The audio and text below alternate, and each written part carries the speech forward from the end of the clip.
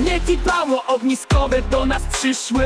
Czy to coś złego, ale skąd to śmieszne? Sprzęt wybieramy z taką radością. Koszt niewielki, a jakość z G-Mastera pewnością. Sony 24 50 mm f2.8G. Super lekki, szybki jak gepard w biegu. Przyjemność w użytkowaniu to jest to, a te brakujące 20 mm. Komu to potrzebne?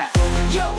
Cześć, ja jestem Rafał Sztygowski, a ten obiektyw dostałem na testy od Sony Polska, czyli 2450. Po materiale on nie zostaje u mnie na stałe. A jeśli szukacie kodu rabatowego, wpisując RS5 w fotoformie dostaniecie 5% rabatu na większość produktów. Oraz jestem bardzo ciekaw, jak Wam się podoba aktualny wygląd kadru oraz studia. Zostawcie komentarz, czy chcecie, bym zrobił studio tour tego, jak to wszystko sobie wymyśliłem i ustawiłem. I tu muszę się przyznać, że polubiłem się z tym maluszkiem, bardzo przypadł mi do gustu. Uważam, że jest to świetne rozwiązanie, jeśli chodzi o kompaktowość i to, co oferuje ze sobą. Przez ostatnie 2 tygodnie używałem go praktycznie non-stop. Do takich przestrzeni, które ja posiadam, czyli małych, 2450 sprawuje się idealnie. No ale po kolei. Myślę, że Sony wyznaczyło już swój standard, jeśli chodzi o obiektywy serii G-Master i G. To znaczy, że dostajemy większość tego, co G-Master, jeśli chodzi o funkcjonalność. Na przykład przycisk funkcyjny, jeden, ale jest, przełącznik autofocus, manual focus, 2 pierścienie, czyli od ostrości i zmiany ogniskowej. No i tutaj muszę powiedzieć, że ta ogniskowa zaczyna się od 50, czyli w takiej formie jest on najmniejszy, a jeśli przerzucimy się na 24, to on się wydłuża. Jest to coś specyficznego, bo zazwyczaj było odwrotnie. I znajdziemy tu również pierścień od przesłony, którą możemy sobie kontrolować, a do tego pierścienia mamy dedykowany przycisk, który powoduje, że ten pierścień będzie klikał bądź nie. Jeśli lubicie taką kontrolę z poziomu obiektywu, to ją tu znajdziecie. Jedyny przycisk, którego tutaj w zasadzie nie ma, to jest przycisk blokady właśnie tego pierścienia od przesłony. Konstrukcyjnie myślę, że ten obiektyw serii G nie odbiega jakoś specjalnie od całej reszty. Jest lekki, kompaktowy i jak widać bardzo dobrze leży w dłoni. Same pierścienie są oczywiście pokryte gumą, jeśli ktoś by pytał. Mamy tutaj oczywiście uszczelnienie, znajdziemy na bagnecie uszczelkę oraz ten obiektyw przyjmuje filtry o średnicy 67, także jak widzicie, że jest naprawdę malutki. A przedpremierowo ten obiektyw jest wyceniony na 6300. Jest to, myślę, bardzo dobra cena za to, co on oferuje, aczkolwiek mam do niego takie pewne ale o tym sobie porozmawiamy na sam koniec tego materiału. Autofokus działa bardzo szybko i precyzyjnie, bez problemu utrzymując ostrość podczas biegu. Nawet gdy postać zniknie z kadru i wróci, aparat z obiektywem szybko i responsywnie reaguje na zmiany. Dotyczy to całego zakresu od 24 do 50 mm. Jednak podczas testu można zauważyć jeden problem: oddychanie obiektywu w całym zakresie, co jest widoczne. Jedyny sposób, aby to skorygować, wymaga włączenia kompensacji oddychania kosztem 10% przycięcia obrazu.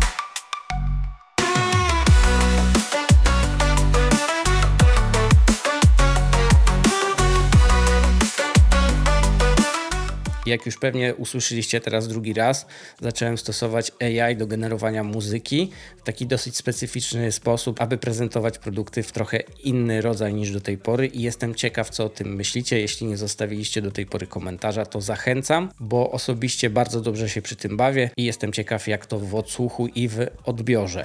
Sam ten obiektyw jest dosyć specyficzny z tego względu, że jest to 2450, czyli niby zoom z takim standardowym zakresem, ale brakuje tu 20 mm.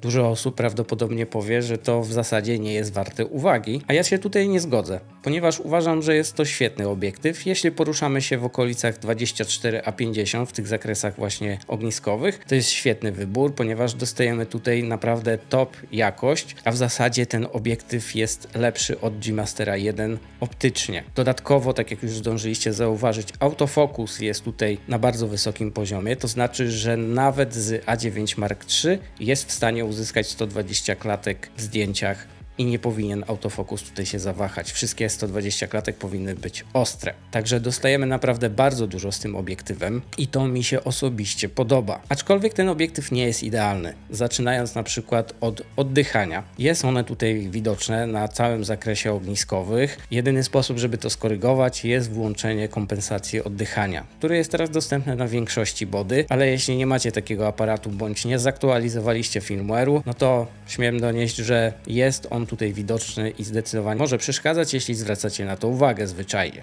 Jeszcze w kwestii ostrości muszę dodać, że sprawdzałem, czy on nie jest liniowy i wydaje mi się, że nie jest. Byłem w stanie uzyskać podobne ostrzenie, jeśli ruch był bardzo mały i mało energiczny, ale jeśli ten ruch zwiększyłem, to ta ostrość nawet po oznaczeniu zaczynała się gubić. Ostrzenia liniowego tutaj nie uświadczymy, ale za to prawdopodobnie ten obiektyw jest parafokalny. To znaczy, że podczas ustawienia ostrości na jakiejś ogniskowej, przerzucając się na przykład w tryb manualny i zmieniając ogniskową na inną, na przykład z 50 na 24, ostrość pozostaje w tym samym miejscu i wracając z powrotem z 24 do 50 mm, również ta ostrość się pojawia. Nawet jak się zatrzymamy gdzieś pomiędzy, na przykład na 35 mm, ta ostrość dalej zostaje w tym miejscu. Także to mi się bardzo podoba i prawdopodobnie jest tu parafokalność, chociaż na materiałach od Sony nie znalazłem informacji, która to potwierdza. Jeśli chodzi o rozmycie oraz kulki bokeh, powiedziałbym, że nie mam do czego się przyczepić. Przejście z nieostrości w ostrość jest bardzo przyjemne, kulki bokeh są ok, nie są jakieś rewelacyjne, ale też nie rozpraszające. Powiedziałbym, że w ogólnym rozrachunku te parametry są bardzo przyjemne. Ja sam osobiście ten look lubię w Sony, więc nie mam do czego się przyczepić. I również akceptowalna jest aberracja na całym zakresie ogniskowych. Oczywiście jest delikatnie widoczna, jeśli przyzoomujemy 200%, to zauważymy, że się pojawia, ale na większości zakresów, czyli 24 do 50 mm jest, powiedziałbym, akceptowalnie i nie rozprasza to, jeśli chodzi o zdjęcia, chociaż jeśli chodzi o 50 mm jest ona delikatnie bardziej widoczna niż pozostałe zakresy, ale nie jest to tak aż bardzo widoczne, żeby skreślało ten obiektyw na przykład z pola zakupu. Moim zdaniem jest tutaj bardzo dobrze. Dystorsja oraz winieta. Jeśli używamy Lightrooma i korekty, mamy najnowszą wersję, to powiedziałbym, że profile załatwiają wszystko. Gdy wyłączymy te profile, no to tutaj powiedziałbym, że dystorsja jest mocno widoczna, szczególnie na 24 mm, na 50 maleje. Jeśli chodzi o winietę, myślę, że na całym zakresie jest to akceptowalne i mi osobiście by to nie przeszkadzało. W zasadzie sam osobiście w postprodukcji tą winietę dodaję delikatnie, więc nawet z wyłączoną korektą winieta jest, powiedziałbym, w moim guście. Dystorsja, no lepiej włącznie ten profil korekty, bądź zaktualizujcie Lightrooma, żeby ten profil mieć. Cenię sobie również w tym obiektywie możliwość podejścia do obiektu naprawdę bardzo blisko. To znaczy, że minimalna odległość ostrzenia to jest 18 cm oraz powiększenie to 0,33, także jesteśmy w stanie uzyskać za pomocą tego obiektywu takie ujęcia macro be-like. Ja to lubię, no i z tego zwyczajnie często korzystam.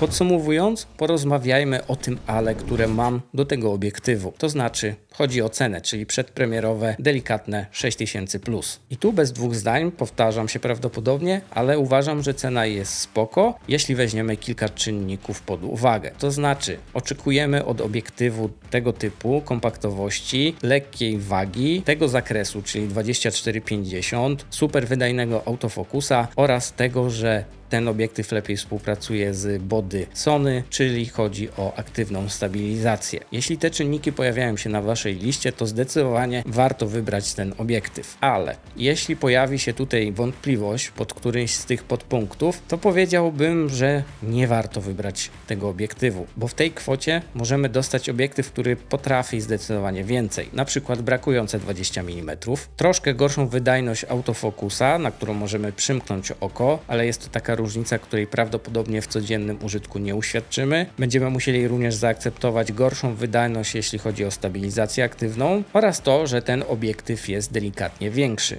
A mam tu na myśli Sigma Art 2470 generacji drugiej. Ten obiektyw stoi bardzo blisko G-Mastera 2.